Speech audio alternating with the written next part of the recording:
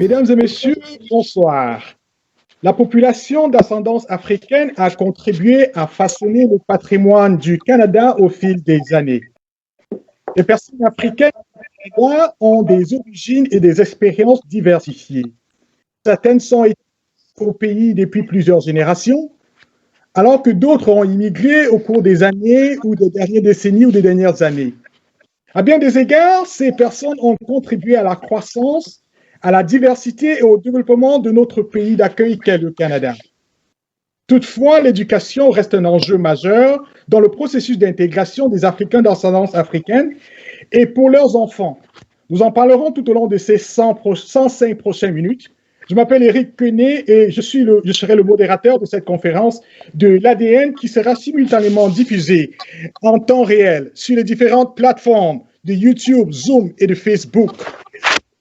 Aussi, notre conférence sera articulée en 3 sous-parties et nos panélistes se donneront à cœur joie de contribuer à ce débat d'idées qui mèneront certainement, in fine, à des actions concrètes qui pourront se matérialiser au sein de ces communautés. Ladies and gentlemen, welcome. People of African descent have helped to shape Canada's heritage over the years. African people in Canada have diverse backgrounds and experiences. Some have been in the country for several generations, while others have immigrated in recent decades or years. In many years, they have contributed to the growth, to the diversity in the development of the country we call Canada. However, education remains a major issue in the integration process for people of African descent and their children. We'll be talking about this throughout the next 105 minutes. My name is Eric Quenet, and I'll be the moderator for this DNA conference that will be simultaneously broadcasted in real time on different platforms, Facebook, Zoom, and of course, on the website. Our conference will be articulated in 3 sub-parts, and our panelists will be very happy and pleased to share their ideas in this debate that will certainly help to lead in some concrete actions that can materialize. Avant de continuer, on va planter le décor avec le mot d'introduction, et alors le mot de bienvenue du président du conseil d'administration de ADN, qui est aussi le promoteur de cette organisation, en la personne de André Gallo-Azambou, que j'invite à prendre la parole. Merci, Monsieur Eric. C'est un plaisir pour moi d'être présent, tout simplement, à cette conférence. ADN est un réseau, ADN, Africa Development Network, est un réseau d'Africains, d'Afro-descendants et d'amis d'Afrique qui s'est donné pour mission de pouvoir fédérer et amener beaucoup de synergie auprès des populations africaines un peu partout dans le monde pour pouvoir résoudre des problèmes concrets. L'éducation en est un. Nous sommes, personnellement, je fais partie de ces immigrants également qui se sont installés au Canada. Et on peut savoir que le parcours n'est pas évident. Il n'est pas évident, mais nous avons également beaucoup de ressources dans la communauté. Quand nous arrivons, nous devons nous installer et par la suite, nous devons trouver des emplois décents, mais aussi nous devons éduquer nos enfants et préparer les prochaines générations. Donc, au fil des ans, nous nous sommes rendus compte au niveau de ADN que la ressource existait au niveau des communautés africaines.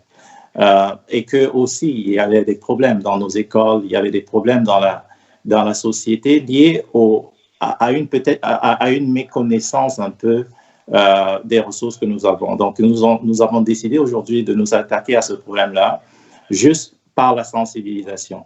Donc je vais remercier beaucoup le panel qui est réuni aujourd'hui. Ils auront l'occasion de pouvoir nous édifier sur ces questions-là et puis nous, à ADN, on espère qu'à la fin de cette conférence, vous aurez retenu quelque chose qui peut faire avancer nos communautés ethno-culturelles parce que quand nous sommes unis, nous sommes plus forts. So, thank you everyone. Thank you for attending this very important session. We really like to unite African, Afro-descent and Friend of Africa so that we can solve the problem that we have in our community. And we have a lot. We have many problems, but also we have hope because we have a lot of resources in the community. So today we're going to handle one very important topic. And I hope at the end of this session, you will have more tools to educate our kids the future of our community, so the kids that we have today. And also as parents, we will have more tools to know how to navigate through the Canadian educational system. So thank you so much. Merci beaucoup, André Gallo-Azambou, pour ces mots introductifs. Mais surtout, ce qu'on retient, c'est naturellement le fait que le parcours pour tous les immigrants n'est pas toujours évident. Mais à côté de cela, il y a des ressources dans lesquelles on va essayer de puiser aussi aujourd'hui dans cette série de conférences pour mieux éduquer non seulement les populations d'ascendance africaine, mais aussi certainement préparer la nouvelle génération. Et sans plus attendre, je vais donc, avec le concours de Bertin, notre réalisateur et ingénieur, tout simplement vous inviter à découvrir les différents panélistes pour cette conférence. Bertin?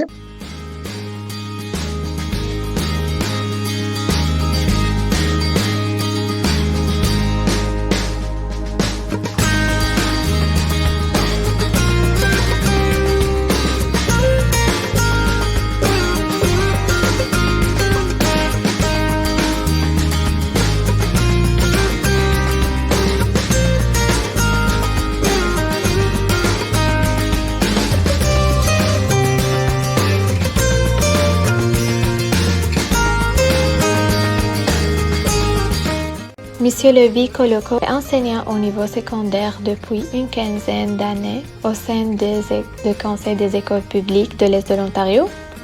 Il est titulaire d'un baccalauréat en éducation, d'une maîtrise en relations internationales et d'un master en gestion du développement. Monsieur Koloko est très impliqué sur le plan communautaire.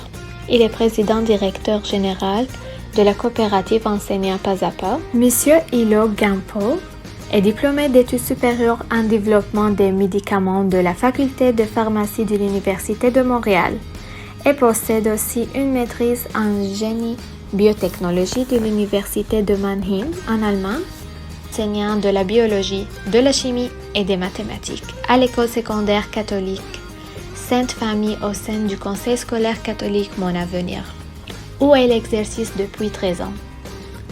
Il est conseiller pédagogique à GN Rising Excellence Institute.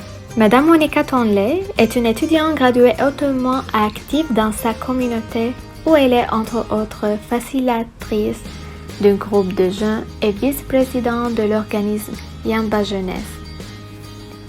C'est une bénévole d'expérience qui, à son jeune âge, elle a déjà organisé et modéré de nombreux projets tels qu'un événement Zoom qui soulignait les accomplissements de jeunes ayant participé au Black Youth Leadership Program. Madame Dorine Chumulu, elle a étudié gestion des affaires. Après un retour par le marketing au Collège Saint-Clair à Windsor, ensuite à l'Université de Davenport dans le Michigan, aux États-Unis, elle se retourne vers l'éducation et enseigne depuis 2011 pour le Conseil scolaire catholique Providence. Elle est très impliquée dans sa communauté. En 2016, en collaboration avec l'organisme anglophone Spelling Bee of Canada et une équipe dévouée, elle a créé Épelle-moi Canada, EMC. Madame Valérie Assoui se définit comme une bâtisseuse de pontes entre des groupes hétérogènes qui habituellement ne s'en côtoient pas. Anciennement économiste des industries de réseau, elle est maintenant multipreneur en entrepreneuriat féminin, services financiers, résolution de conflits et passionnée en équité. Diversité et inclusion. Première femme noire à être élue dans un conseil catholique francophone à Ottawa, elle est une citoyenne engagée qui se dévouait à plusieurs causes politico-communautaires.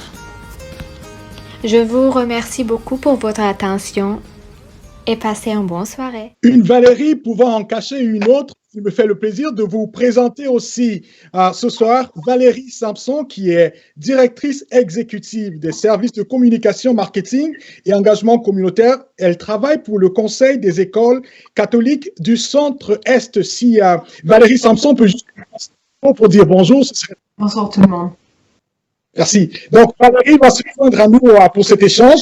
Donc, on a planté le décor avec la présentation des panélistes. We're now going to move to one of the most interesting part of this program. We're going to listen to Mr. Chandra Arya, MP, député fédéral de Nipin, qui va en fait nous dire un mot qui a été enregistré à l'avance. Malheureusement, pour des raisons assez concrètes de travail, il n'a pas pu se joindre avec nous, mais il a tenu quand même à laisser un message que je vous invite à écouter tout de suite. Hello, I am Chandra Arya, Member of Parliament for Nepean. It's a great pleasure for me to be here to open this conference organized by Africa Development Network. This conference, African Descendants Connect, which has got a very important topic, what immigrants should know about the Canadian educational system. Before I speak on that, I would like to thank my friends Franklin Ipape and Andre Azambu for organizing this and for inviting me here. You all know that I would have loved to be there live at this event. However, I'm now sitting in the parliament on your behalf, working on your behalf, and there are vote schedule which I can't move away from. I am also a new Canadian. About 17 years back, we came to Canada, me, my wife, and our only son. When we came here, we did not know anybody. We are only three in entire North America. We landed in Ottawa. We did not, as I said, we did not have any friends, not family. So this is, but every single day, I used to attend events like this. This is a virtual event, but then I used to attend in persons on almost every single day, connecting with other Canadians. Canada, we have people from different parts of the world, connecting with all Canadians. That is how I built my network. That is how I understood the Canadian system. That is how I could establish myself in my career, and today I am a member of parliament. So I'm telling this only because anything is possible in Canada. Nothing is impossible. If a person like me can come with no friends, no family, no connections, and establish himself, just imagine what is that our children can do in here in future. I know there are great many other speakers who will talk on the challenges facing immigrant families, who will also talk on understanding the Canadian educational system, and also talk about the toolbox for more academic success in the community. The challenges are real. Let me be very clear. The challenges faced by immigrant families are real, but there are solutions available because this is Canada. The solutions starts from the network, from knowing other Canadians, from knowing the people of different culture, different heritage, different professional background, and understanding the system and adjusting ourselves. I am a trained engineer, but when I came to Canada, I knew that I would not get a job in my field. So what I did some additional Canadian courses. With that, I was able to change my career, change my profession, and go in a new direction. And there are various organizations that are there to help Canadian families. But the key thing is that getting the new immigrant families connected to them. Educational system. Yes, there are some challenges here. There are two components of the educational system I want to briefly touch upon. Our only son has studied in the Indian school system. He has also studied in the British school system, and he has studied in the Canadian school system. I tell you, compared to all the three, for me, the best system, educational system for our families, our children, is the Canadian educational system. That is good enough for our children. However, when we come as new immigrants, we come with our educational qualifications from different parts of the world. Many are recognized and immediately validated, many are not. So that brings into challenges of our qualifications from different countries being recognized and our skills and expertise put to use here in Canada. This is a big challenge. Let us not beat around the bush.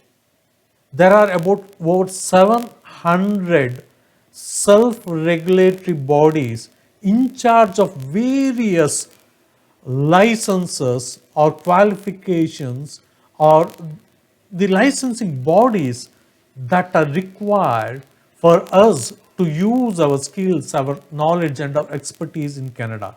It is very disjointed. There is no one single federal entity.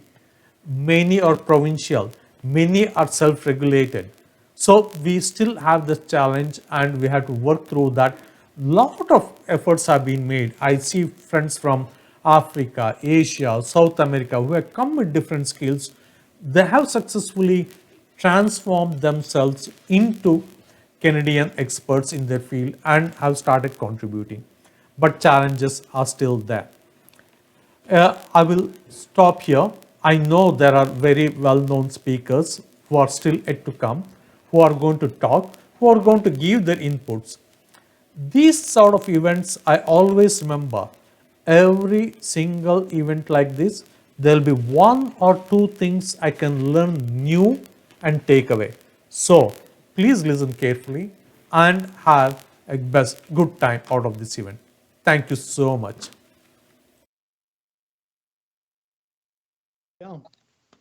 Merci beaucoup. We would like to thank MP Chandra Arya for not only sharing his past experience with us, but also for providing more insight into his journey, traveling and coming and establishing himself in Canada, but also how education has impacted that journey.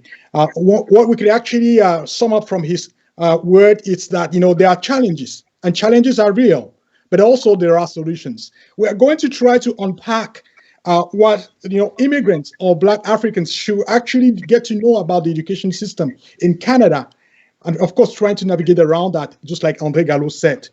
Le décor ayant été planté, on va maintenant passer dans le vif du sujet avec nos différents panélistes, avec lesquels nous allons parler dans un premier temps des différents défis. Un peu comme le député Chandra Arya l'a dit tout à l'heure, les défis sont réels, ils existent. On va essayer tout simplement de naviguer à travers ces défis. Et une fois n'est pas coutume, je voudrais qu'on commence d'abord, si vous le désirez bien, avec quelqu'un qui a été formé dans ce système, qui a expérimenté cela. Je voudrais tout simplement ici faire référence à Monica Tonlé, la jeune et brillante Monica Tonlé, qui est une étudiante graduée, dont on a présenté effectivement le profil un peu tout à l'heure. Monica, selon toi, quels sont les défis auxquels toi, en tant qu'étudiante, en tant qu'élève, tu as été exposée? Il y a beaucoup de défis, mais il y a aussi beaucoup de facilités qui viennent avec ce système. Je pense qu'un des premiers défis a été que moi, dans les programmes, j'ai toujours été dans des programmes plus enrichis. Et j'ai remarqué qu'il y avait rarement plus de 4 personnes qui n'étaient pas blanches. Alors là, ça inclut asiatiques, latinos, noirs, ça inclut tout. Donc, il faut avoir une certaine confiance en soi. Parce que j'ai entendu plus d'une fois parler de personnes de couleur qui ont décidé de quitter leur programme enrichi pour aller dans un programme de base parce qu'ils ne voyaient personne qui leur ressemblait. Donc, apprenez à vos enfants d'avoir confiance en eux, de savoir que ce sont des personnes importantes. Et ensuite, je pense que le deuxième défi, c'est un défi insidieux dont on ne s'en rend même pas compte, c'est qu'on ne sait pas. Il y a beaucoup de programmes de tutorat pour aider les élèves, il y a beaucoup de programmes de travail après l'école pour rencontrer des gens, par exemple, si tu es intéressé à travailler dans les sciences, tu es intéressé à travailler dans les arts, plusieurs bourses, plein de choses dont on n'est juste pas au courant parce qu'on n'a pas grandi ici, parce qu'on n'a pas eu droit à des discussions comme celles qu'on a aujourd'hui pour apprendre tout ça. Et Monica, tu viens de planter le décor en parlant naturellement des restrictions qui, en fait, s'observent dans les programmes enrichis dans les différentes écoles. Mais surtout, un élément important, c'est celui de la représentation. On ne retrouve pas des personnes qui ont plus ou moins les mêmes origines ou alors les mêmes affinités que vous. Mais les solutions que tu fais, à savoir effectivement les programmes de tutorat, on peut en parler dans la troisième partie qui est celle des boîtes à outils. C'est très bien de planter ce débat, merci beaucoup. Je vais certainement inviter à M. Lévi Koloko, qui est aussi très engagé au sein de la communauté, qui a une expérience assez particulière de nous parler en quelque sorte ce qu'il observe, ce qu'il a observé et qu'il continue d'observer comme étant des défis pour les populations immigrantes, notamment pour les Africains d'ascendance africaine. Merci beaucoup, Eric. Bonsoir aux panélistes, aux confrères panélistes et tous mes hommages à la population qui nous suit. Les défis que moi je vois au niveau des familles immigrantes, c'est d'abord des défis d'intégration. Les familles qui arrivent ont besoin de s'intégrer dans la communauté qui les reçoit. Et on parle ici d'intégration professionnelle. La plupart des familles, généralement, ont besoin de se positionner en termes de recherche d'emploi ou de reformation. Et ça apporte un certain lot de contraintes et de stress. Mais l'autre défi qu'on peut voir, c'est que beaucoup de nos parents, des parents des communautés immigrantes, ne comprennent pas exactement comment fonctionne le système scolaire canadien ou franco-ontarien. C'est un système globalement, je sais que le deuxième point, on va parler de comment on comprend le système, mais en général, les familles qui viennent, généralement, ne comprennent pas exactement ce qu'on attend d'elles et en retour, ce qu'elles sont supposées livrer comme action pour faciliter l'intégration scolaire de leurs enfants. Donc voilà vraiment les deux points qui pour moi sont les défis que nous observons au niveau des familles qui arrivent. Je peux très rapidement comme ça vous revenir en posant la question. Vous avez mentionné l'intégration professionnelle. Quel impact direct est-ce que cela a sur l'éducation des élèves ou alors l'éducation des enfants en tant qu'immigrants, Lévi? On va revenir dessus, c'est que beaucoup de parents finalement ne sont pas aussi disponibles qu'ils auraient voulu être pour participer à cette vie scolaire. Ici, on utilise le terme vie scolaire parce qu'il y a d'abord la vie, il y a énormément d'activités qui se passent dans les écoles, autour des écoles, et le parent d'élève ici est un acteur du système. Et donc, si un parent n'est pas disponible, soit parce qu'il doit lui-même se former, il doit lui-même chercher un emploi, il a des préoccupations de logement, si son énergie, son temps et peut-être ses ressources financières sont absorbées par ces préoccupations-là, donc il ne reverse pas la même énergie en ce qui concerne le suivi des élèves, le contact avec les écoles, l'implication dans les activités parascolaires. C'est en ça que ça peut devenir un défi à un moment donné. Très bien. On reviendra dans la deuxième partie sur la compréhension du système éducatif pour être en fait un potentiel point sur lequel on doit s'ancrer. Mais je vais comme ça convoquer Eloge Gampo. Eloge, vous quittez de la faculté de médecine, vous avez étudié les médicaments pour vous retrouver dans le monde de l'éducation. Quels médicaments est-ce que vous allez potentiellement à la fin proposer pour ces défis-là? Mais avant de parler des médicaments, Eloge Gampo, c'est quoi les défis que vous avez observés? Je pense que M. Koloko Lévi a touché le point. Dans le défi principal, c'est l'absence des connaissances du système scolaire ontarien et du curriculum éducatif ontarien par les parents nouvellement arrivés. Donc ça, c'est un des gros défis. Il a aussi parlé de l'instabilité financière et professionnelle des parents à leur arrivée au Canada. Donc l'intégration n'est pas souvent ce qu'on avait rêvé être. Donc, et ça a des conséquences parfois catastrophiques au niveau de l'éducation scolaire des enfants. Je vais ajouter un autre point qui est le décrochage scolaire, surtout surtout lors des études postsecondaires pour les élèves. Et on sait que ces études postsecondaires est une étape très importante dans l'intégration professionnelle de ces jeunes-là et tout. Donc, parfois, c'est dû à une mauvaise orientation. Donc, on reviendra là-dessus lorsque on parlera tout à l'heure du deuxième point. Donc, on reviendra là-dessus.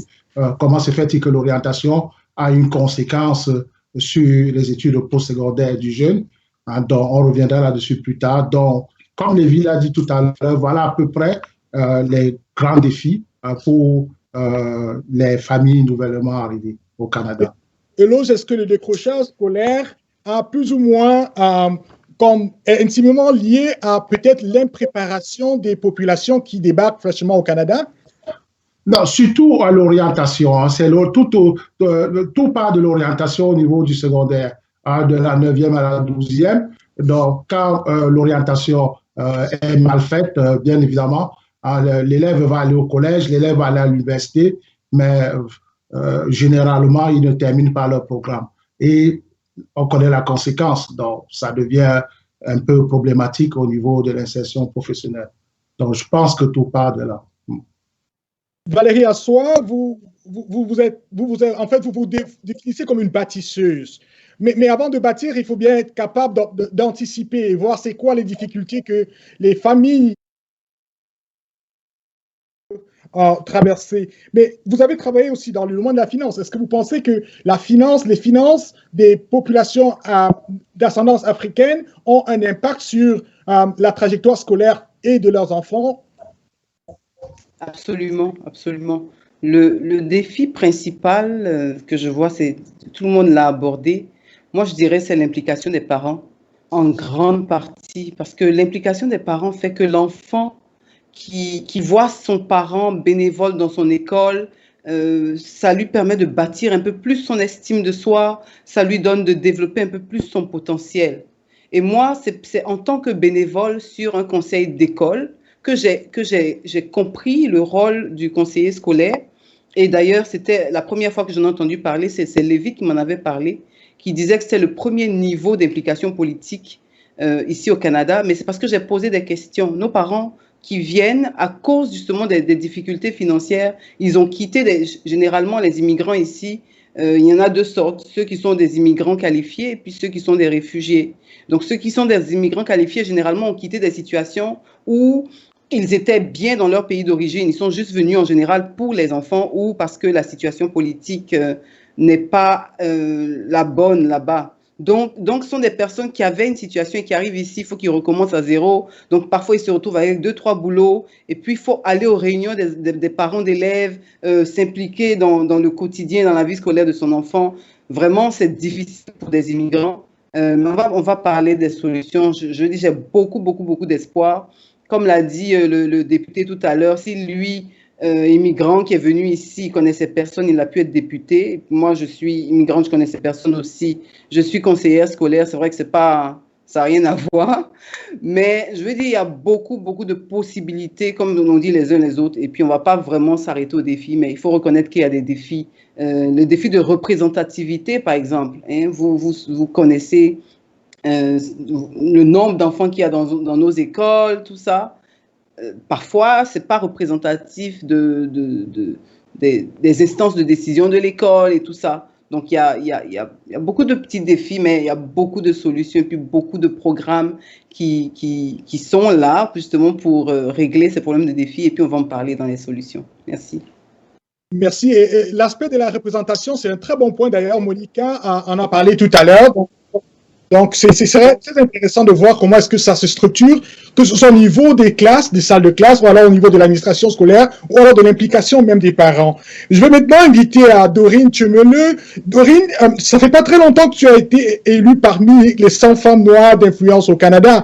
Mais en fait, pour se retrouver dans cette catégorie, ça prend quand même des coups, que ce soit dans ta trajectoire de l'Allemagne au Canada, des États-Unis au Canada, et peut-être antérieurement au Cameroun. Mais pour toi, Dorine, qu'est-ce qui a été l'élément le plus compliqué dans ton processus en tant que parent et bien sûr en tant qu'enseignante?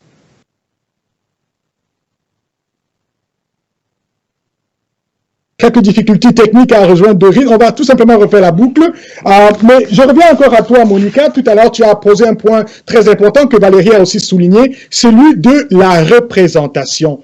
Est-ce que selon toi, Monica, est-ce que cet aspect de représentation ne touche pas directement à ce problème d'équité dont on en parle de plus en plus de nos jours? Est-ce que ça n'a pas une connotation un tout petit peu sélective, ou alors est-ce que tu ne vois pas cela un frein pour les personnes comme toi qui aimeraient être dans des programmes enrichis tels que tu l'as expliqué tout à l'heure, Monica? J'aimerais commencer par dire comment est-ce qu'il peut avoir de l'équité sans avoir de la représentation. Un va avec l'autre. Tu ne peux pas dire que j'ai de l'importance et ne pas me montrer. Donc, je pense qu'il est important d'avoir la représentation, même si c'est seulement pour montrer à un enfant qu'il est capable. Oui, mais à ce moment de la responsabilité, Monica, est-ce que la responsabilité incombe au système éducatif ou alors tout simplement à la communauté? Les deux. Mais je pense que les freins ne viennent pas nécessairement de la communauté, mais du système éducatif. Donc, la responsabilité devrait venir au système éducatif. Mais si on est honnête, souvent, ce qui se passe, c'est que finalement, c'est la communauté qui doit trouver les solutions entre elles et mettre de la pression au système éducatif pour que les solutions arrivent. Parce que si elles ne sont pas encore là, c'est qu'on va devoir se battre pour qu'elles arrivent. Très bon point. Donc, je pense qu'aussi, Monica, l'un des points que tu évoques ici, c'est certainement au niveau du travail des conseillers d'orientation qui, dans une certaine mesure, montre le chemin à ses élèves comme toi, à ses étudiants, sur la prochaine direction, la prochaine étape dans leur parcours scolaire. Mais en fait, est-ce que tu ne penses pas que les élèves ou alors les jeunes de ton âge ont besoin d'un autre type de discours qui les amène à se dire que je peux aussi oser? Je pense qu'on a déjà accès à ces autres discours, même si c'est seulement dans les réseaux médias sociaux, dans les films, parce que la représentation, même moi, en avançant dans mes études, je me rends compte qu'elle a augmenté. C'est une situation qui est en état d'amélioration. Mais oui. Très bien.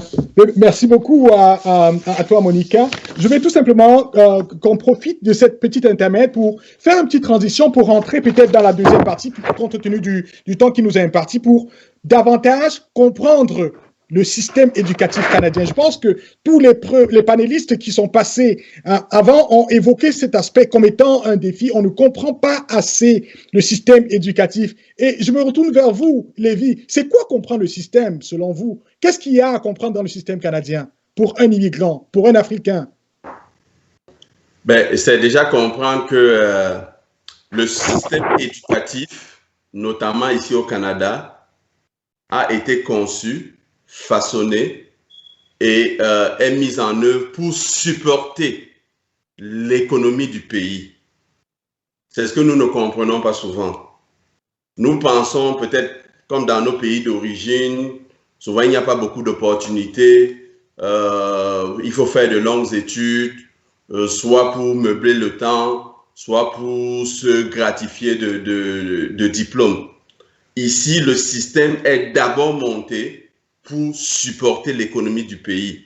Ça veut dire en gros que, et les statistiques le montrent, donc globalement, on sait qu'il y a 25% d'élèves qui vont faire un processus universitaire, à peu près. Les chiffres peuvent changer d'année en année ou de décennie en décennie, mais c'est dans cette proportion. On sait qu'il y a 25% d'élèves qui vont aller dans un système professionnel ou collégial. Et on sait qu'il y a à peu près 25% d'élèves qui, après la 12e année, ils auront leur diplôme, mais ils vont choisir d'aller sur le marché de l'emploi. Et on sait qu'il y a de 20 à 25% qui n'auront même pas ce diplôme-là. Donc, à partir de là, le système éducatif a été façonné pour supporter dans ces catégories de population d'élèves, en fait, ces élèves dans ces différentes catégories. Donc, il n'y a rien n'est dramatique en fait.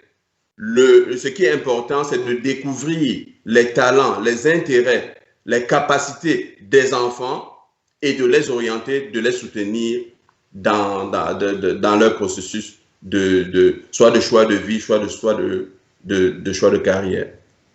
Merci Lévi. Ton intervention me donne en fait quelques idées et des questions d'ailleurs que j'aurais pour Monica qui a été un pur produit, enfin, qui continue d'être un pur produit de ce système. Je reviens à toi Monica dans quelques secondes. Le temps pour moi de poser cette question à Eloge. Eloge Gampo, vous vous retrouvez en face d'une famille nouvellement arrivée au Canada qui n'a pratiquement aucun repère. Vous avez la chance quand même, Eloge Gampo, d'avoir étudié au Cameroun, en Allemagne, au Canada et vous aujourd'hui, vous êtes dans le monde de l'éducation. Ultimement, quelle est l'approche que vous aurez pour aider cette famille à mieux comprendre le système éducatif canadien? C'est quoi les orientations que vous leur donnerez? Parce que tout à l'heure, Eloge, vous avez parlé des orientations, que ce soit dans le post-secondaire ou alors au secondaire.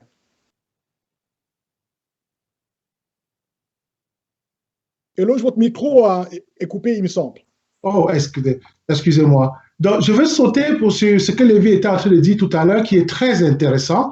Donc, le problème, c'est que quand on arrive ici, on transpose nos rêves d'enfance vers nos enfants. Et je vais revenir sur l'orientation. Ça fait que l'orientation de base est faussée parce qu'on est en train d'orienter nos enfants par rapport à nos rêves. Est-ce que c'est vraiment ce que l'enfant veut? Donc, on va discuter de ça plus tard. Je vais répondre à ta question en te disant simplement qu'il faut se tourner vers les structures d'accueil mises en place par les conseils scolaires. Il y a des structures d'accueil. Je pense par exemple au programme Panam et tout, afin d'avoir une base minimum sur c'est quoi le fonctionnement du système d'éducation scolaire. Juste la base. Par la suite, maintenant, il faudrait se retourner vers les organismes communautaires, comme je pense par exemple le CEPA, Grameen, Aprosco, tous ces organismes-là et tout, qui œuvrent dans la réussite scolaire des jeunes de la communauté. Et tout ceci en mettant de côté les préjugés qu'on a. Parce que quand on arrive, on a beaucoup de préjugés. Et aussi, on vit dans on a dit, tel a dit. Aller vraiment vers les ressources, aller vers les conseils scolaires. Les conseils scolaires ont vraiment mis en place ces structures d'accueil qui sont très importantes dans le développement scolaire de l'enfant. Donc, il faudrait aussi aller vers les personnes qui pourront aussi mieux vous orienter.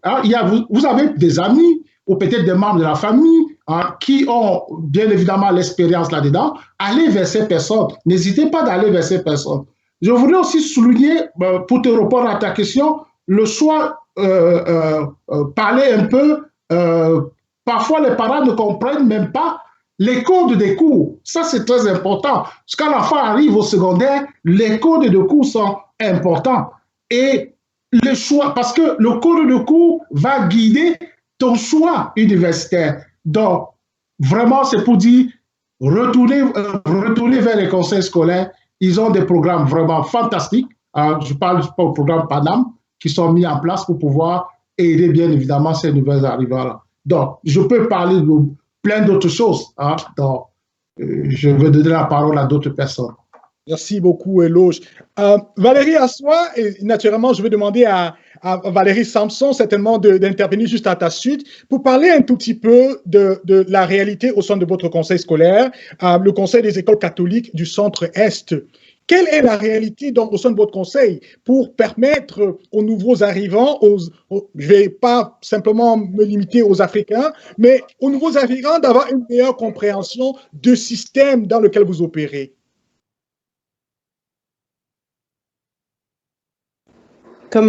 Merci. Comme l'a dit le monsieur tout à l'heure, nous, on a plusieurs programmes dans notre conseil scolaire. Le programme PANA, qui est en Ontario. On a le programme ALF. On a un centre d'accueil qui accueille, qui inscrit, qui oriente les familles, qui vérifie la documentation, tout ça. On a aussi tout ce qui est toute une politique d'inclusion aussi qu'on a commencé à développer dans notre conseil. On a des cours de français langue seconde, on a des cafés rencontres, on a vraiment plein d'activités pour que le nouvel arrivant se sente bien accueilli dans notre conseil. Ce n'est pas seulement notre conseil, je veux dire toutes les écoles d'Ottawa, tous les quatre conseils d'Ottawa travaillent à à créer un environnement accueillant et inclusif pour le nouvel arrivant. Maintenant, c'est au nouvel arrivant de prendre sa place. Et c'est ce qui ne se fait pas souvent. Donc, peut-être que Valérie veut ajouter quelque chose. Merci, Madame Assois. Justement, comme Monsieur Eloge le disait, et comme Madame Assois faisait référence, le Conseil des écoles catholiques du Centre-Est a en place un centre d'accueil et d'admission pour les familles. Non seulement pour les enfants, pour les inscrire, mais aussi pour accueillir les familles et vraiment les aider dans leur intégration. Donc, pour les aider à apprivoiser cette culture et puis le mode de vie ici au Canada. Alors, notre personnel au centre d'accueil d'admission se fait le devoir d'accueillir chaleureusement et avec bienveillance les parents et les enfants, puis les accompagner à travers les différentes étapes d'intégration dans le conseil scolaire francophone et aussi dans la vie, dans la communauté. Notre personnel est très connaissant au niveau des divers programmes, des divers services qui sont offerts dans la communauté, puis peut facilement diriger les familles aux bonnes personnes. Donc, on est très bien branchés à ce niveau-là et puis nous fait plaisir d'accompagner les familles dans leur intégration. Si je peux me permettre, je voulais juste ajouter qu'on a une fondation. On a une fondation qui aide aussi les communautés qui ont des difficultés et souvent on ne fait pas appel à ça, mais on en parlera dans les solutions, dans ce qu'on propose. Très bien, mais c'est déjà un très bon début de solution que vous évoquez là. Merci aux deux Valérie pour ce partage parce que ça nous donne effectivement le sentiment qu'il y a beaucoup de programmes qui sont mis en place pour aider à mieux comprendre ce système. Maintenant, je me retourne vers toi, Monica, and let's be frank here. What's the conversation that you had home with your parents back then? I want to really try to get a sense of the type of conversation that you have in terms of helping you to navigate around the system, to understand your choices at school. Well, I'm lucky. Both my parents are teachers, right? So they know. They know how it goes. They know how it works. The only difference, I think, is they teach in Ontario, so they know all about the Ontario system, but I study in Quebec. Right. So there are differences when it comes to even the grades, how many years you stay in school before reaching university. There are differences in that aspect, but other than that, when we talk about, I think you were saying when we talk about planning how school goes, is that it? Yeah. But also, discussions. Also wanted to have this aspect when you're trying to respond to this question, and feel free not to include it if you don't want to. But did you at some point have the feeling, just like Eloge was saying, that there was some sort of pressure from your parents so for you to get toward a certain direction in your choices? Oh, yes. I know my parents are listening. Hi, Mom. Hi, Dad. But definitely there's pressure. I think every youth has pressure, but I do think it's more common in communities of color. Because even when I talk to my friends, you know, they're like, it's in French. Tu es soit un ami ou un ennemi. Donc, ami, ça inclut avocat, médecin, ingénieur. Le reste, c'est un ennemi. And sometimes it does feel I guess pressuring, but not in a good way, because not everybody is going to become one of those 3 jobs. And I know some of my friends actually who kind of sometimes they freak out and they can't work because they feel like what I want to do is not what my parents want to do. So in a sense, if I put stones in my way and halt my own growth, then those jobs are not an option for me. So I won't ever have to tell them no. It just will be impossible. And I think that's a bummer because you want your kid to be happy. And as Eloge mentioned, a lot of parents sometimes want to live their dreams through their kids, and that's totally normal. But being able to take that step back is hard. And if I'm being frank, it's necessary. But it all comes down to wanting the best for your kids. And it's rarely with ill intent. So, I mean, I've never gone in with ill intent. So just, apply what I've just said. What I'm sensing from your answer right now is that it's important for parents and the kids to establish that line of communication, right? And not to close the doors to any option or any avenue. Is that correct? Definitely. have your kids be open with you about what they want to do. Because if you both know, then you can both look for the best resources together. If your kids don't talk to you, and let's say your kid doesn't want to be a doctor, he wants to be a carpenter. If he doesn't know what are the best resources for him to reach Carpenter Avenue, if there are programs, if there are grants, if there are after-school programs for kids who want that, and if that communication is not established, then you won't be able to look for the right resources, and that's not that good. Well, thank you for being very honest and open. I appreciate that. You're welcome. Lady Koloko, vous enseignez au secondaire. Alors, quelle est la réalité pour les élèves qui débarquent d'un pays, je vais appeler le Cameroun, le Bénin ou le Tchad, qui arrivent dans votre école pour la première fois? Vous, en tant qu'enseignant, éducateur d'origine africaine, quel est le rôle que vous jouez en dehors des ressources que Valérie Samson et Valérie Assoir ont partagées tout à l'heure? Quel est le rôle que vous, quel est l'élément important que vous apportez pour que cette famille se sente intégrée, qu'elle ait plus ou moins une belle grille de lecture de ce qui les attend? Ben, je me suis promis que quand j'écoutais Monica parler, j'avais le sourire et j'étais tellement content, tellement fier. Et je dois dire que c'est très rafraîchissant de voir des jeunes aussi talentueuses avec tout ce charisme et ça fait plaisir. Ça donne une sorte de confiance pour l'avenir. C'est très compliqué pour les jeunes ici. Les statistiques montrent que les jeunes de 11e et de 12e année, donc, qui sont même près de finir leurs études secondaires, à peu près 60% savent plus ou moins ce qu'ils veulent faire plus tard. 60% des jeunes qui ont fait le système scolaire, donc depuis quasiment la maternelle. En 11e année ou en 12e année, quand on leur pose la question, généralement, ils vont dire « Monsieur, je ne sais pas vraiment ».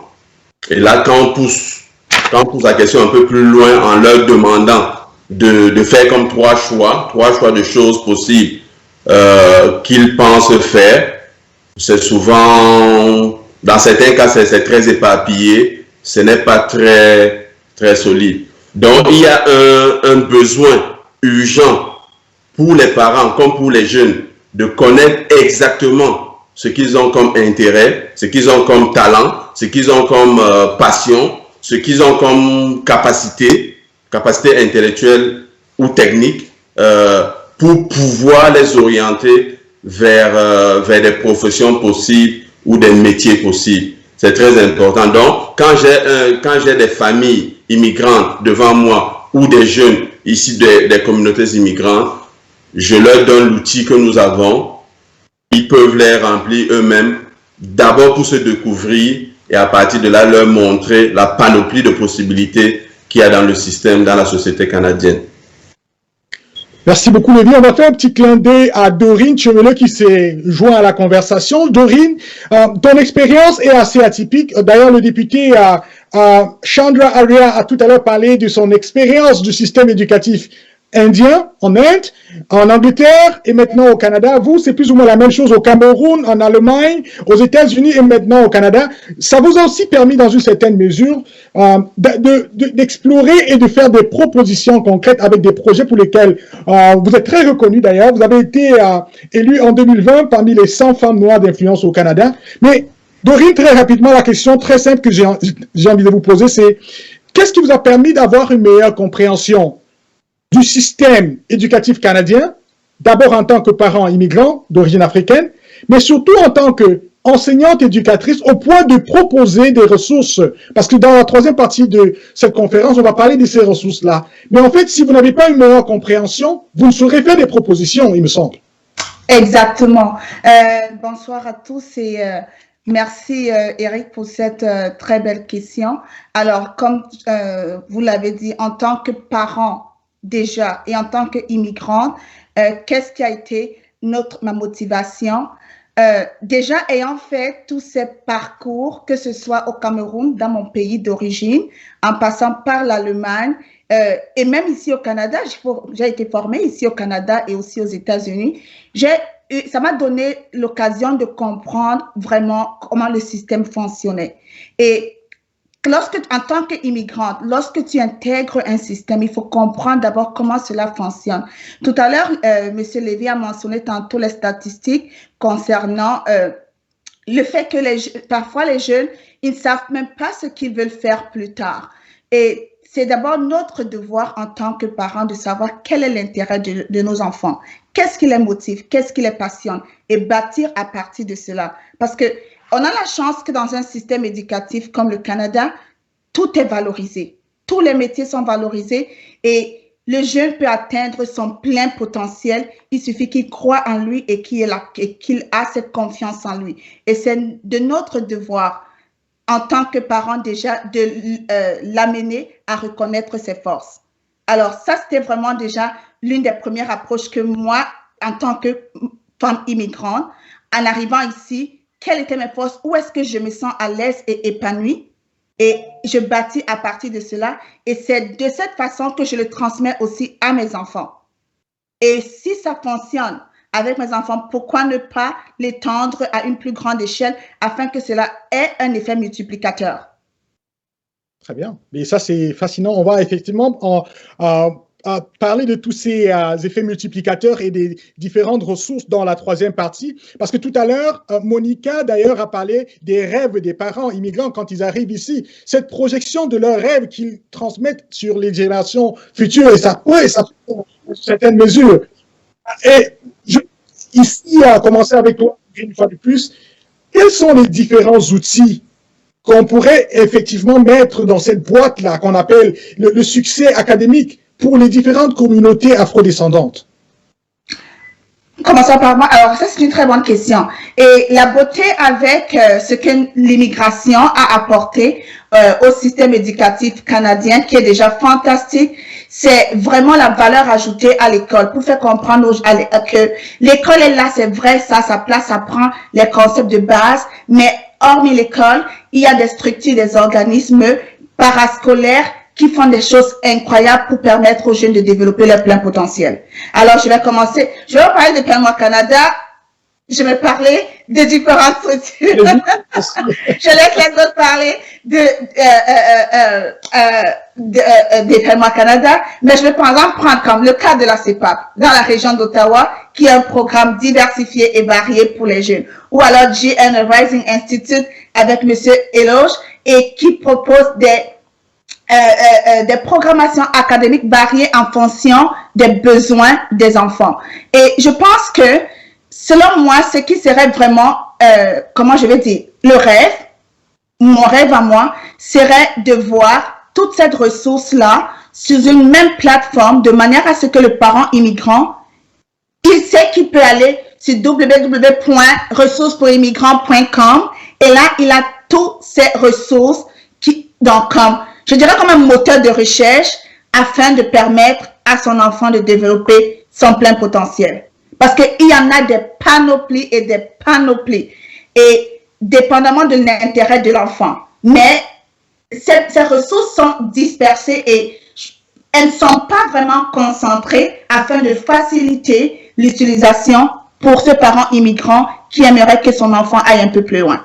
Vous avez anticipé cela sur une question que j'allais ultimement poser à tous les panélistes, à savoir qu'est-ce qui est fait au niveau de, d'abord, la vulgarisation des ressources et bien naturellement la consolidation, parce qu'en réalité, oui, avec cette diversification des ressources, il faut en fait avoir l'information pour aller vers cette ressource. On va y revenir dans un instant. Le temps pour moi d'inviter Eloge à parler naturellement de cette boîte à outils. C'est vrai que tout à l'heure, Eloge, vous en avez déjà évoqué quelques-uns, mais pour les parents qui restent encore dans l'ombre, qui n'ont pas encore accès à cette plateforme d'échange sur laquelle nous sommes aujourd'hui pour apprendre davantage. Qu'est-ce qu'on pourrait faire pour que, d'abord, c'est quoi les ressources qui sont à leur disposition et comment est-ce qu'on fait pour atteindre la cible, à savoir les communautés immigrantes noires et africaines? Et tout à l'heure, j'ai abordé les ressources, bien évidemment, avec les conseils scolaires. Dorine en a parlé de l'importance de créer une plateforme de telle sorte que quand un nouvel parent arrive, notamment, il peut aller sur cette plateforme-là et tout, savoir quels sont les services qu'on offre pour l'intégration de ces Africains qui arrivent nouvellement. Donc, moi, je voudrais parler aussi des ressources que moi, particulièrement, je suis conseiller pédagogique à GN Rising Excellence Institute. C'est une petite compagnie qui offre des cours d'appoint aux jeunes. Nous avons aussi un service gratuit en orientation. Donc, moi également, je suis un spécialiste en orientation. Donc, nous offrons des services gratuits aux parents en ce qui concerne l'orientation des jeunes, surtout au niveau secondaire. Nous offrons aussi des services aux parents pour leur montrer quelles sont les stratégies qu'on peut utiliser pour pouvoir aider les jeunes dans leurs devoirs, dans leur développement, dans leur choix de cours, ainsi de suite. Donc, je parlerai de DNA Rising, dont je suis conseiller pédagogique là-bas. Donc, et je souligne encore une fois de plus que le service est gratuit. Vous avez aussi APROESCO Education, qui est un organisme à but non lucratif, qui œuvre pour l'encadrement des jeunes au niveau de l'éducation, qui donne des tutorats gratuits tous les samedis, les mercredis et les samedis. Vous avez l'organisme Gramen, qui offre aussi également des activités très intéressantes parascolaires pour les jeunes, qui sont aussi importants, parce que des activités, M. Lévis lui dit tout à l'heure, de l'importance des activités parascolaires dont l'organisme Gramen donne. Donc, je peux citer toute une panoplie, mais comme Dorine l'a dit, il serait important qu'on crée une plateforme où ces parents peuvent aller regarder les renseignements à partir de cette plateforme-là. Voilà ce que j'avais à dire. Merci, Eloge. Valérie Assoa, vous êtes économiste des industries.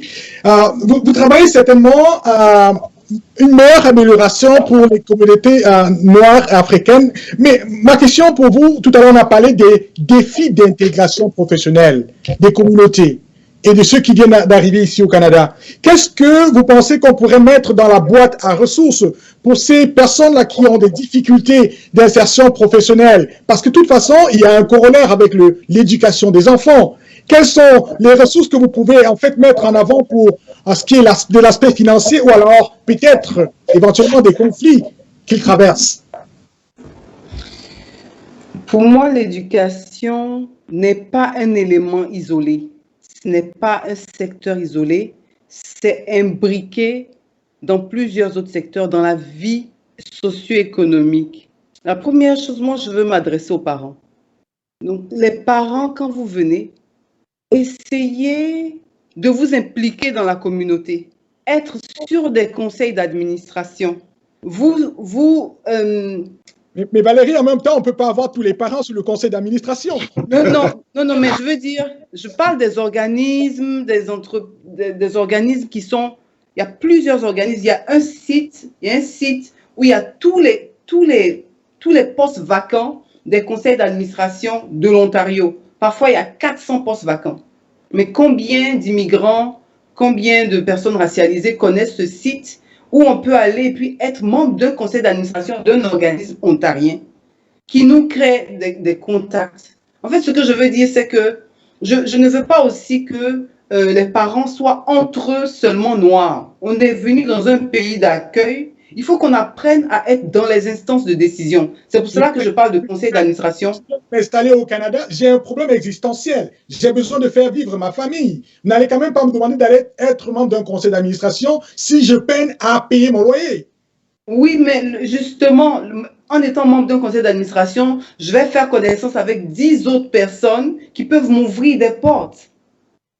C'est ça en fait. Les gens vont toujours dans les organismes. Oui, les organismes, c'est super bon, les organismes d'établissement. Mais au-delà de ces organismes, moi, j'interpelle les parents à aller sur des conseils d'administration. C'est là-bas qu'on apprend comment prendre des décisions. C'est là-bas qu'on apprend comment compter dans la société canadienne. C'est là-bas qu'on apprend à ouvrir son esprit, à changer de mentalité.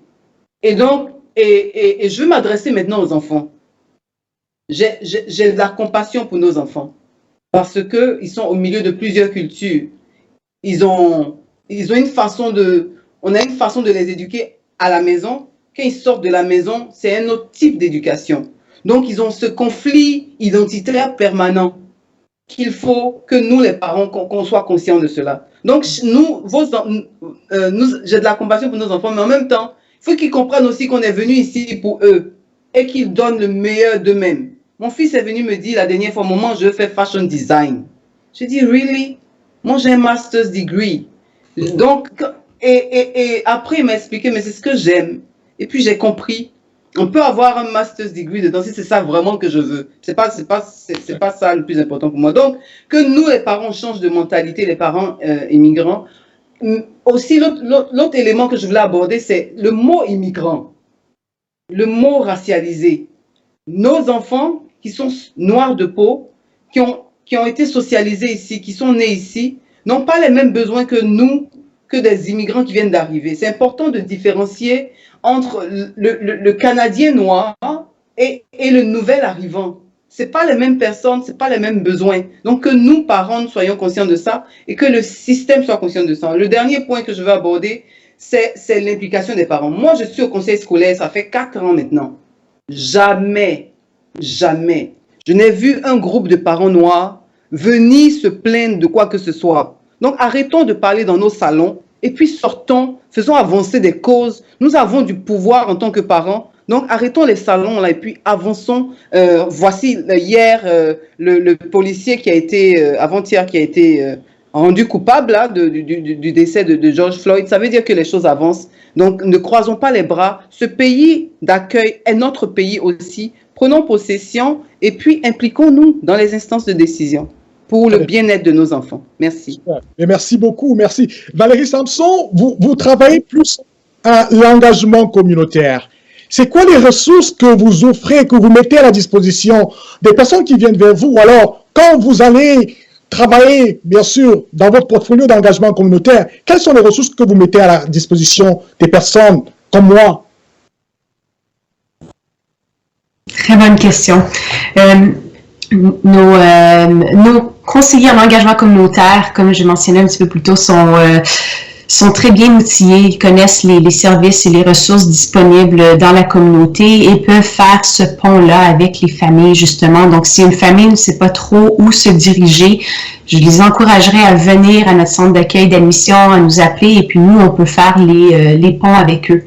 Par exemple, il y a des travailleurs d'établissement qui travaillent dans les écoles du centre, du Conseil des écoles catholiques du Centre-Est, et puis ces travailleurs d'établissement ont comme mandat de guider les élèves et leurs familles vers différents services, des ressources scolaires, communautaires, et de les accompagner dans chaque étape du processus d'adaptation au système scolaire canadien. Un programme aussi que nous avons mis en place au Conseil, c'est un programme qui s'appelle A3. Accueil, aide et avenir. C'est un programme où des bénévoles appuient les élèves et même les parents dans l'apprentissage de la langue française. Et puis, ils offrent des ateliers en soirée. Donc, on encourage non seulement les élèves à apprendre, mais aussi les parents s'ils veulent développer encore plus leur connaissance de la langue française. Alors, on essaie vraiment d'accompagner les familles dans un tout. Puis, nos conseillers en engagement communautaire, aussi bien que le personnel au centre d'accueil d'admission sont là pour les appuyer. Puis, si je peux me permettre aussi d'ajouter à ce que Mme Assois disait au niveau de l'implication des parents, c'est très important. Mais aussi, moi, je vois ce qui est important pour les élèves, puis c'est peut-être plus au niveau des élèves secondaires, c'est vraiment de s'impliquer. Impliquez-vous dans les activités parascolaires, impliquez-vous à l'extérieur de l'école, sortez, allez voir ce qui est disponible, suivez vos passions, vraiment. J'ai travaillé à l'université auparavant, puis on disait « learn to learn », apprendre à apprendre, parce que le monde évolue très vite de nos jours. Puis, je crois que dans le futur, les élèves n'auront pas juste un métier, mais ils vont faire plusieurs différents métiers, plusieurs différentes professions. Donc, c'est vraiment important de diversifier nos apprentissages, puis de s'impliquer, de s'ouvrir, parce que faire un métier pendant 30 ans, je crois qu'il va en avoir de moins en moins. Alors, c'est tellement important de continuer à apprendre tout au long de notre vie. Ouais. Diversifier l'apprentissage, c'est ce que je retiens. Très important, mais merci Valérie. Avant, je reviens dans quelques instants, juste le pool avec Coco. Et puis, tu as quand même la lourde responsabilité d'être président-directeur de la CEPAP, coopérative d'enseignants pas à pas. En termes de ressources, qu'est-ce que vous offrez pour les communautés immigrantes africaines qui s'installent autour de vous? Mais au-delà de la réponse simple que je vais donner, Je voudrais aller dans le même cheminement que ma collègue Dorine et Eloge, qui ont mentionné que les communautés immigrantes sont de plus en plus en train de se prendre en charge en créant des structures pour offrir des services. Donc, nos services rejoignent ce que Eloge a mentionné, les services d'aide aux devoirs, de tutorat, d'orientation. On a un programme aussi pour motiver et pousser l'engagement parental, parce que ce qu'on doit comprendre, c'est que dans le système éducatif ici, quasiment celui qui a le pouvoir, c'est le parent.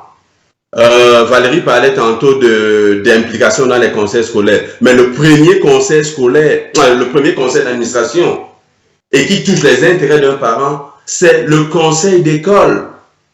Aller s'asseoir pour parler des besoins de son enfant, son propre enfant. On n'a pas besoin d'être élu. À chaque réunion des parents de l'école, tout parent a le droit de venir s'asseoir, de lever la main, de poser des questions, de s'impliquer dans les projets de l'école.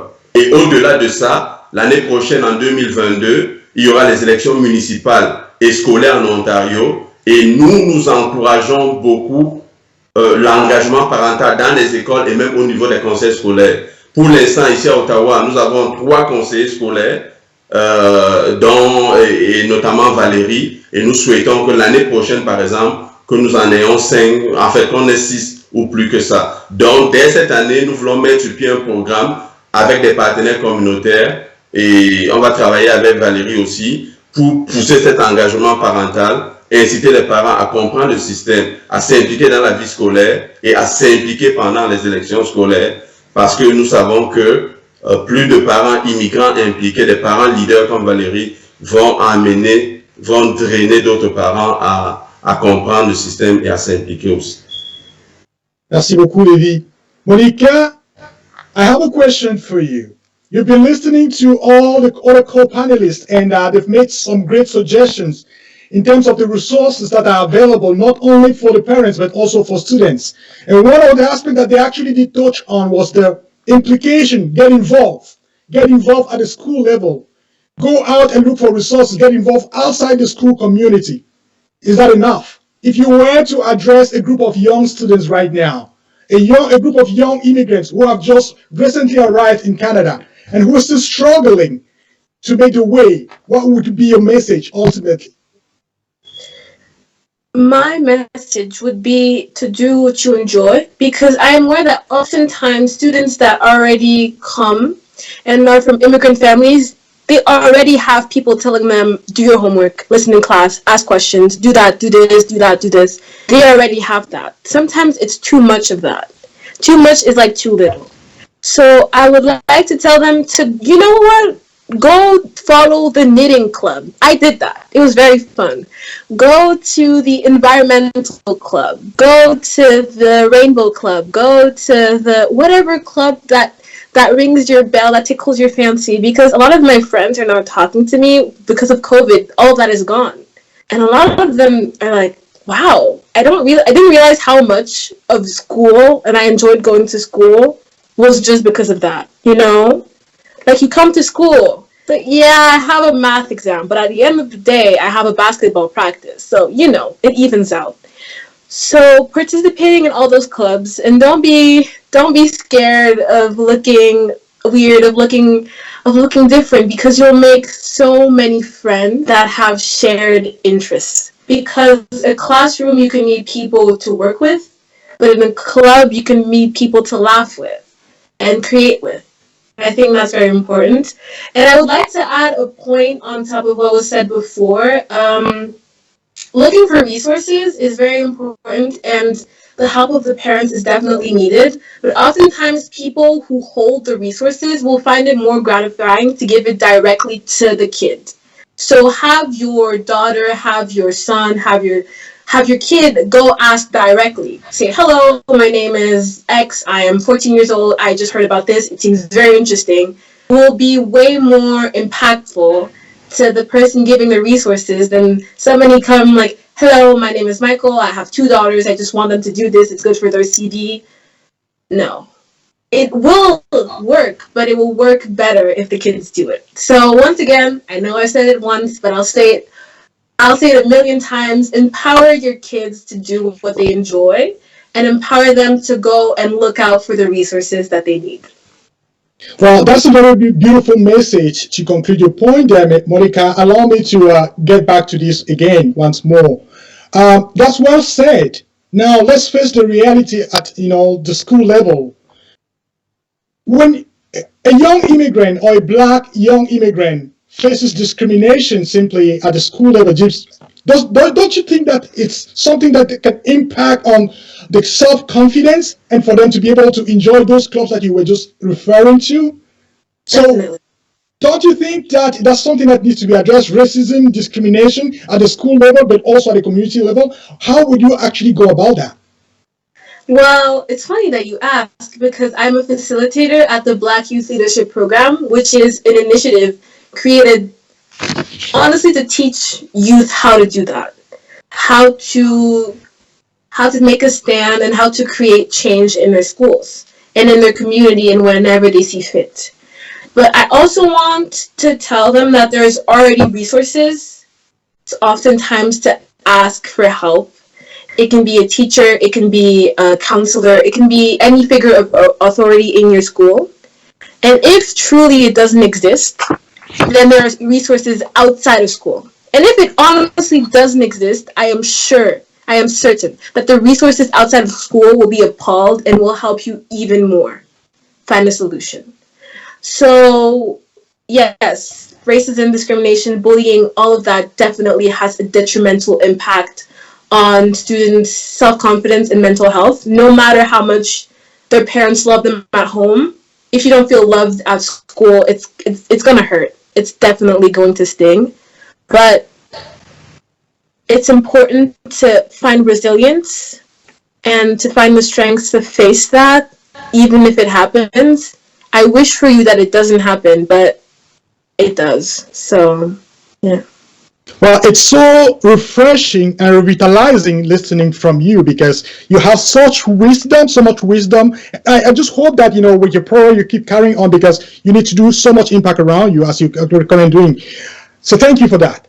I appreciate it. Dorine, on va terminer avec vous. Avant de laisser la parole, bien sûr, à notre ami Samson Salomon Fotine, autant pour moi, qui viendra faire la synthèse. Dorine, je voudrais tout simplement, vous avez évoqué l'idée d'une plateforme.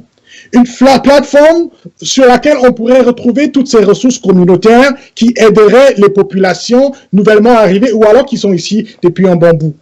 Pourquoi d'abord, Dorine, pensez-vous qu'il y a déjà cette diversification des ressources et qu'on n'arrive pas à trouver un common block, comme on dit en anglais, pour regrouper toutes ces ressources-là ensemble, et bien entendu, quelque chose qui faciliterait le vécu des populations immigrantes d'ascendance africaine?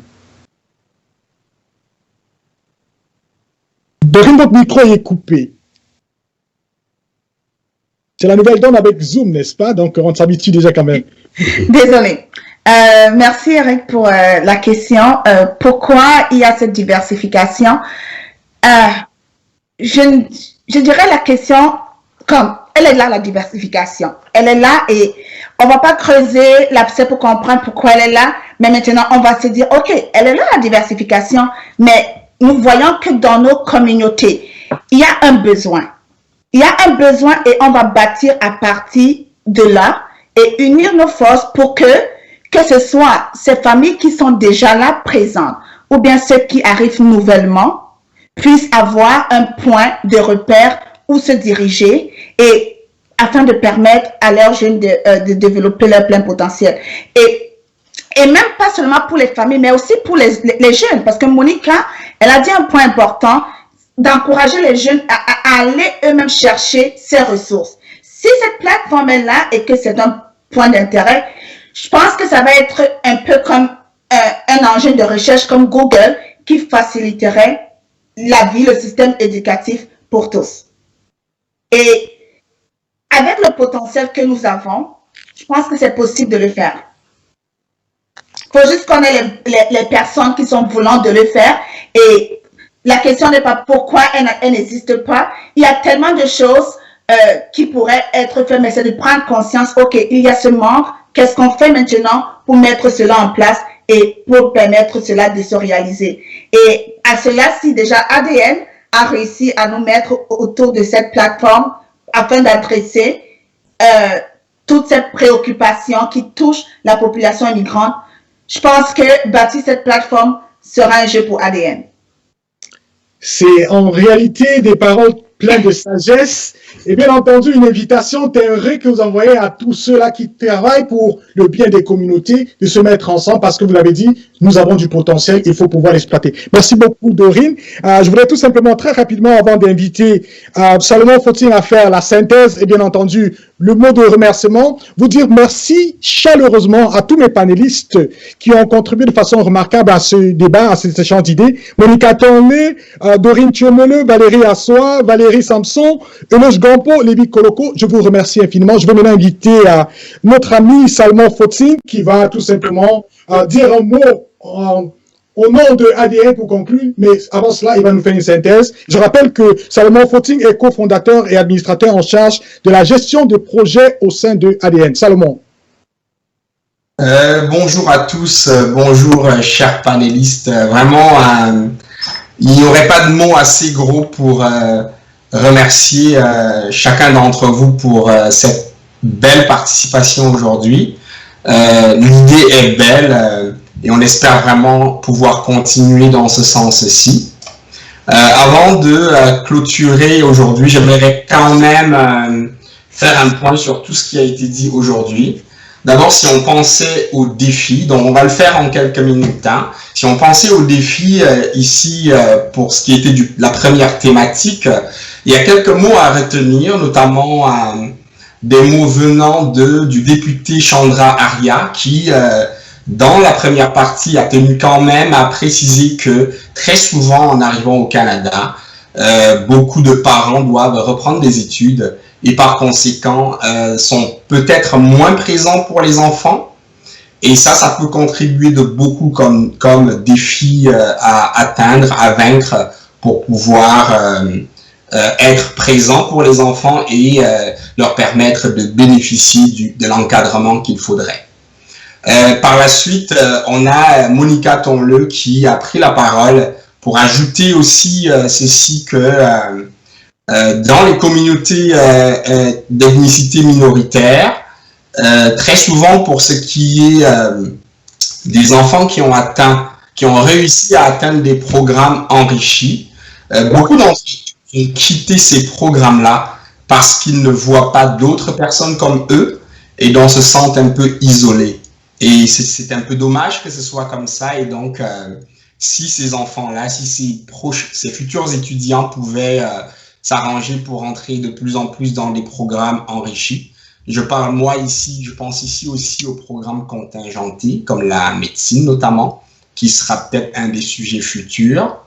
Ce serait une bonne chose d'avoir plus d'étudiants d'ethnicité minoritaire dans ces programmes-là. Ensuite, il y a Lévi Koloko et Eloge qui ont pris la parole pour quand même préciser à deux que quand on pense à défi, on pense ici beaucoup à l'absence de connaissance du système éducatif canadien, notamment quand on parle de système éducatif canadien, on comprend ici qu'il y a beaucoup de parents qui vont souvent transposer ce qui se passe chez eux, de là où ils viennent, à ce qu'il y a ici, et donc ils vont penser que les systèmes sont équivalents alors que ce n'est pas le cas. Il va y avoir aussi beaucoup de problèmes financiers que ces parents-là vont rencontrer, et je pense ici à l'alternance travail-études pour beaucoup de ces parents-là, ce qui donne encore moins de temps pour s'occuper des jeunes. On a aussi beaucoup de décrochage scolaire, souvent lié à la mauvaise orientation de ces enfants-là, de ces jeunes-là, surtout après le secondaire.